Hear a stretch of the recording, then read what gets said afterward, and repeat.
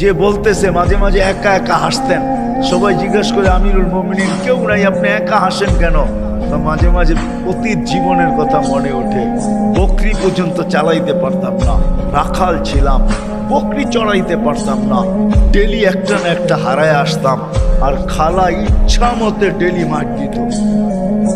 আজকে তো আমি 3 মহাদেশের রাজা। কয় মহাদেশে? Europe, Asia, Russia. আগে মহাদেশ 3টাই ছিল, বাকিটি পরে আবিষ্কার হয়েছে। ইতিহাসের পাতায় টোকায় দেখলে আমারটা সত্য হবে। আগে মহাদেশ 3টাই ছিল, শুধু এশিয়া, রাশিয়া, ইউরোপ, এই 3টা ছিল।